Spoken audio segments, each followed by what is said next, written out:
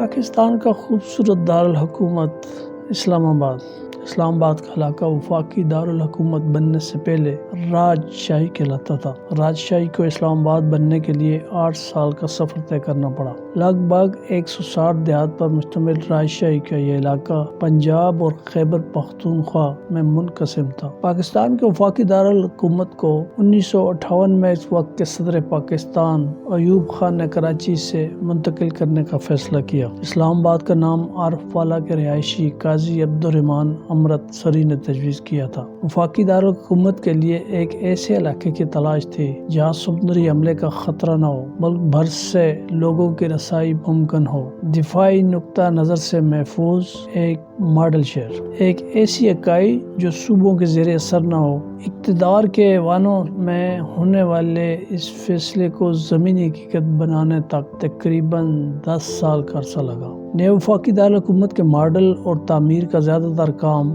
یونان کے منصوبہ ساز کانسٹینٹینس اپسولس نے کیا۔ اس نے اس شہر کو ابتدا میں 8 زون میں تقسیم کیا۔ ملکی و غیر ملکیوں کی رہائشی ضروریات، تعلیم اور صنعتی تقاضوں، تجارتی مراکز، پارکس، پانی کے ذخائر، صحت و صفائی کے ساتھ ساتھ تعمیر اور رہائش کے اعلیٰ معیار کو ملحوظ خاطر رکھا گیا۔ اسلام آباد کے گھنے جنگلات اور مارگلا کا حسین و جمیل پہاڑی سلسلہ راج شاہی نے ورثہ میں چھوڑا ہے۔ خطہ پٹوار سے منسلک اس سرزمین کے حوالے ظہیر الدین بابر، اورنگزیب عالمگیر، چنگیز خان، تیمور اور احمد شاہ درانی سے بھی ملتے ہیں۔ یہ کسی فاتح کی گزرگاہ تھا تو کسی کا مسکن۔ تاریخ بتاتی ہے کہ امام بری سرکار کے مزار کی تعمیر مغل بادشاہ اورنگزیب عالمگیر نے کرائی تھی۔ اس علاقے میں ایک مندر بھی ہے جہاں ہندو پوجا پاٹ کرتے تھے، خاص کر ان کے لشکری کمانڈر۔ راج شاہی یعنی پرانے اسلام آباد میں 10ویں صدی کے آثار بھی ہیں اور 16ویں صدی میں آباد ہونے والا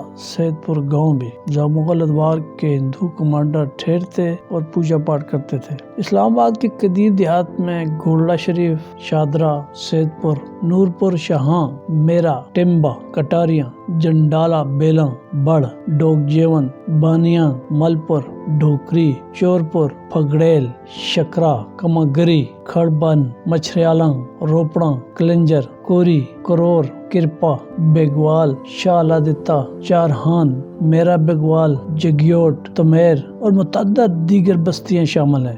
20 دیہات اب صفحہ سے مٹ چکے ہیں، ان کی جگہ جدید ترین سیکٹرز نے لے لی ہے۔ اسلام آباد کے ابتدائی مکین کہتے ہیں جب یہ شہر آباد کیا جا رہا تھا تو یہاں زیادہ تر جنگل اور ویرانوں کے ڈیرے تھے۔ ماسٹر پلان بن گیا تھا لیکن لوگ یہاں آنے اور آباد ہونے کو تیار نہ تھے۔ ان دنوں سرکار مکان بنانے والوں کو برائے نام قیمت پر پلاٹ دیتی تھی۔ تعمیرات کے لیے سیمنٹ سریا بھی مفت، لیکن مختلف صوبوں سے وفاقی دارالحکومت میں ملازمتوں کی غرض سے آنے والے سرکاری ملازمین رہائش اختیار کرنے سے گریز پاتے۔ ہاں، دور اندیش سرمایہ کاروں نے تب سے ہی اہم علاقوں میں بسیرے کر لیے۔ وقت کے ساتھ راج شاہی کے مکین اسلام آباد کے ترقیاتی ادارہ سے اپنی زمینوں کے دام لیتے اور اسلام آباد سے باہر نکلتے رہے۔ بستیوں کی بستیاں اجڑ گئیں، کہیں F9 پارک بن گیا، کہیں شکر پڑیاں، جناسوں پر سپر مارکیٹ، F8 کچہری، F10، E11، F5 اور F6 جیسے پوش علاقے آباد ہوئے اور یہاں کے مکین قصہ پارینہ بن گئے۔ اسلام آباد کے 160 دیہات اور 389.6 مربع کلومیٹر پر پھیلے دیہی علاقے ختم ہوئے اور شارع دستور کے ارد گرد بلند و بالا عمارتوں، بلیو ایریا کے کاروباری مراکز، فیصل مسجد، چڑیا گھر اور ڈی چوک سے گولڈا شریف اور I-15 تک پھیلی جدید بستیوں اور عمارتوں سے منسوب ہو گئے۔ جدید اسلام آباد میں راول ڈیم کورنگ نالہ پر 1962 میں تعمیر ہوا۔ یہ ڈیم نہ صرف اسلام آباد کے رہائشیوں کو پینے کا پانی فراہم کرتا ہے بلکہ جڑواں شہروں کا ایک معروف سیاحتی مقام بھی ہے، جہاں کا روزانہ ہزاروں شہری رخ کرتے اور شام کو رونقیں لگاتے ہیں۔ اسی طرح دریائے سون پر 1983 میں سملی ڈیم بنایا گیا۔ یہ ڈیم دیہی علاقے میں دلکش منظر پیش کرتا ہے۔ جدید سیاسی اصطلاح کے مطابق اسلام آباد کی سلطنت 27 کلومیٹر علاقے پر محیط ہے۔ اطراف میں ہری پور، خیبر پختونخوا کا علاقہ مرگلا پہاڑی سلسلہ سے متصل ہے، جبکہ پنجاب کے علاقے مری، گجر خان، راولپنڈی، کوہٹا اور ٹیکسلا کے حدود وفاق سے ملتی ہے۔ اسلام آباد میں قائد اعظم اور اسلامی بین الاقوامی یونیورسٹی سمیت 20 سے زائد یونیورسٹیاں ہیں۔ 2013 کی مردم شماری کے مطابق وفاقی دارالحکومت کی آبادی 12,32,000 ہے۔ قومی اسمبلی کی یہاں 3 نشستیں ہیں، جبکہ 2023 کی حلقہ بندیوں کے مطابق 125 یونین کونسلز ہیں۔ اگر آپ اسلام آباد پہلی بار آئیں تو پنجاب کی طرف سے آنے والے جی ٹی روڈ سے سیدھے اسلام آباد ایکسپریس کے ذریعے فیض آباد انٹرچینج سے وفاقی دارالحکومت میں داخل ہو جاتے ہیں۔ موٹر وے سے آنے والوں کو موٹر وے خود شہر میں داخل کر دیتی ہے، اور اگر کوئی خیبر پختونخوا سے آئے تو جی ٹی روڈ سے ٹیکسلا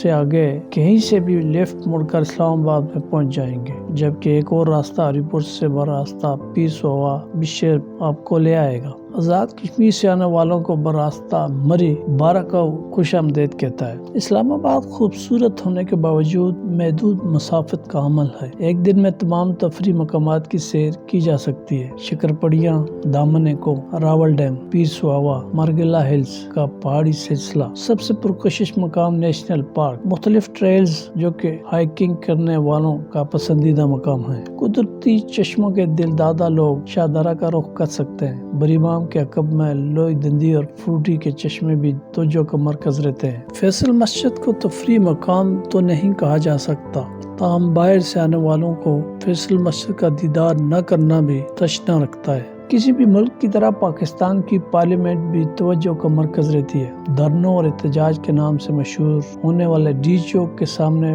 پارلیمنٹ کی خوبصورت عمارت ہے، جس کے ساتھ صدارتی محل ہے جسے ایوان صدر کہا جاتا ہے، جبکہ پارلیمنٹ کے پڑوس میں سپریم کورٹ کی پرشکوہ عمارت منفرد طرز تعمیر ہے۔ اسی شرح دستور پر مغلیہ طرز تعمیر کا شاہکار پرکشش وزیر اعظم سیکریٹریٹ بھی واقع ہے۔ اسلام آباد کی شاہراہ دستور کشادہ اور مسحور کن تو ہے ہی، یہ ملکی و غیر ملکی دفاتر سفارت خانوں کی وجہ سے بھی مشہور ہے۔ اس کے ایک طرف ڈپلومیٹک انکلیو ہے تو دوسری جانب سرینا ہوٹل، دفتر خارجہ، election commission, F P R, parliament lodges, P T V, Balochistan house اور وفاقی وزارتوں کے بلاکس ہیں۔ یوں تو وفاقی دارالحکومت کا نقشہ پاس رکھ کر آپ بغیر پوچھے ہر سمت پہنچ سکتے ہیں۔ دوسرا، ہر سیکٹر اور اہم مقام پر رہنمائی کے لیے تختیاں آویزاں ہیں، مگر گوگل انکل نے سب کو پیچھے چھوڑ دیا ہے۔ اب گوگل پوچھنے والوں کو گھر تک چھوڑ کر آتا ہے۔ اجازت دیجیے،